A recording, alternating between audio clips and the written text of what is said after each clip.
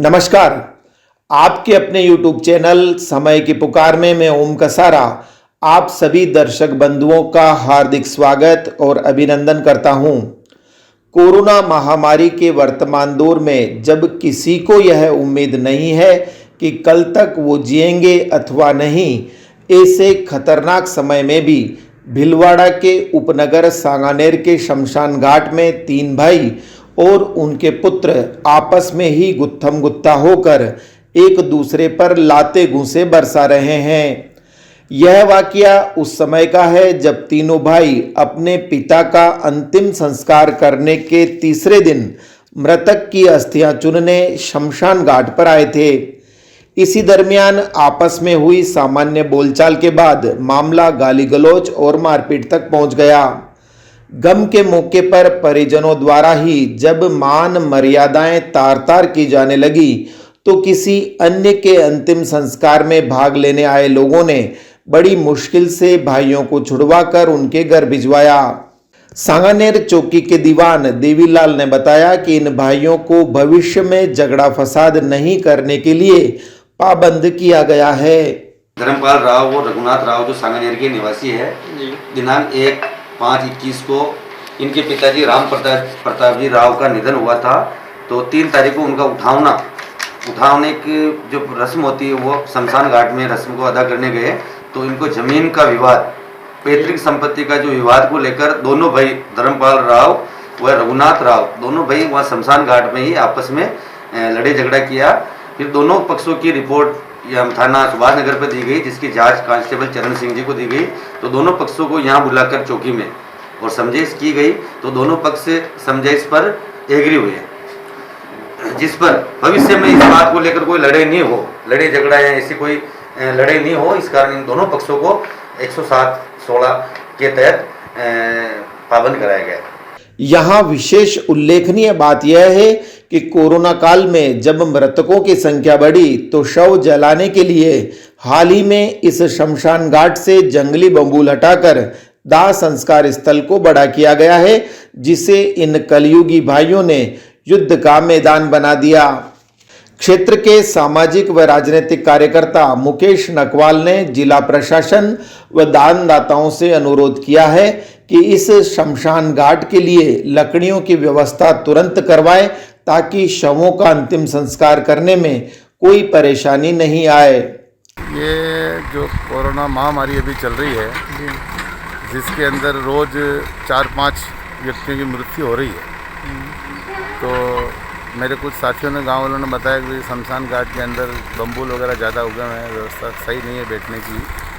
तो मैंने इस कार्य को उचित समझा और हमारे आदरणीय चेयरमैन साहब राकेश जी पाठक साहब को कल मैंने एक निवेदन किया कि वैसा इस प्रकार की समस्या है, और उन्होंने आज मुझे जेसीबी उपलब्ध करा दी। और आपकी बाइट के माध्यम से मैं प्रशासन को इस बात से भी अवगत कराना चाहूँगा कि इस मोक्षधाम का सौंदर्यकरण बहुत अच्छा हो जाए, ताकि जब भी कोई व्यक्ति यहाँ पर आवे तो उनको असुविधा महसूस ना हो।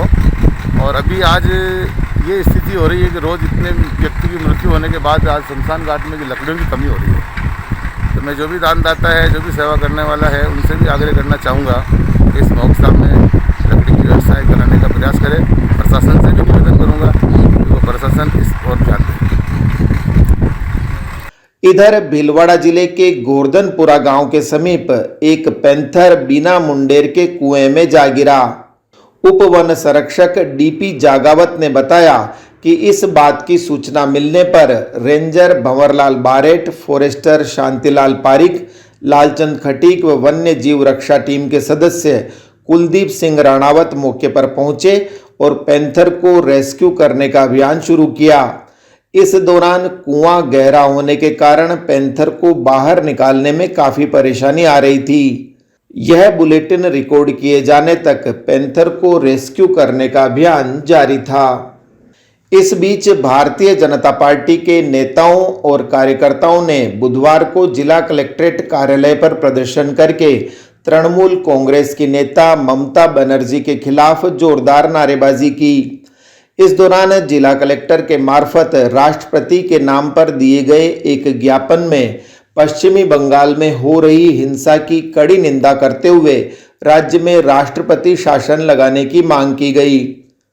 इस विरोध प्रदर्शन में नगर परिषद सभापति राकेश पाठक, विधायक विठल शंकर अवस्थी, भाजपा जिलाध्यक्ष लादूलाल तेली व राजकुमार आंचलिया सहित कई कार्यकर्ता उपस्थित थे। इस मौके पर एमएलए विठल शंकर ने कहा कि पश्चिमी बंगाल में लोकतंत्र की धज्जियां उड़ाई जा रही है।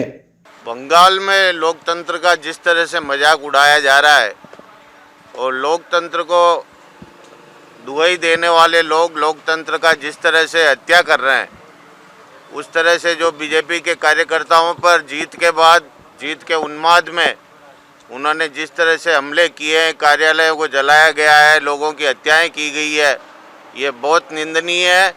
और ममता बनर्जी जिस तरह का आचरण और व्यवहार कर रही है वो देश के लोकतंत्र के लिए घातक है।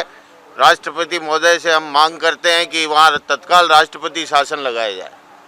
उधर हाईकोर्ट द्वारा गठित 3 सदस्यों की एक टीम ने बुधवार को भीलवाड़ा के महात्मा गांधी चिकित्सालय का निरीक्षण करके कोरोना मरीजों के उपचार के संबंध में विस्तृत जानकारी हासिल की। जिला विधिक सेवा प्राधिकरण के सचिव महेंद्र कुमार दवे ने बताया कि एमजी हॉस्पिटल की सभी सेवाएं संतोषप्रद है और इस निगरानी समिति का मुख्य कार्य जो चिकित्सा सुविधाएं हैं उसकी मॉनिटरिंग करना और चिकित्सक, अस्पताल, प्रशासन और मरीज के बीच में एक पुल का कार्य करने का है। आज इस जिला स्तरीय समिति ने इस अस्पताल का निरीक्षण किया। पीएमओ साहब ने भी पूरी सारी व्यवस्थाएं बताई।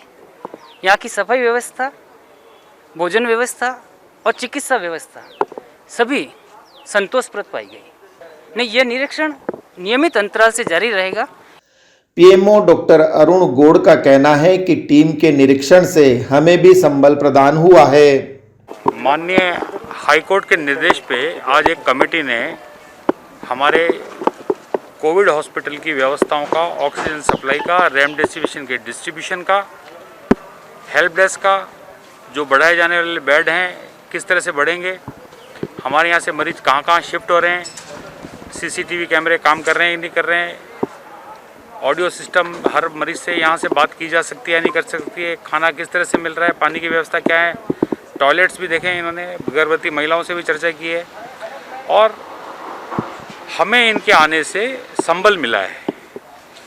हमने इसको एक पॉजिटिव एटीट्यूड की तरह लिया है। जब माननीय हाईकोर्ट चिंतित है, हम लगातार प्रयास करेंगे कि पब्लिक में जितनी जानें बचाई जा सकें, स्टेरॉइड और anticoagulant injection, low molecular weight जो ज़िंदगी बचाने में आवश्यक है, बहुत मात्रा में हमारे पास उपलब्ध है।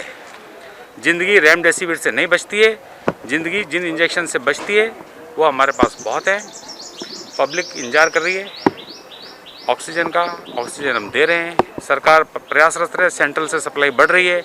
हमारे कलेक्टर महोदय ने आसपास के ज़िलों से, किशनगढ़ से, सब जगह से मिला के ऑक्सीजन की आज तक की पूर्ति को बनाए रखा है।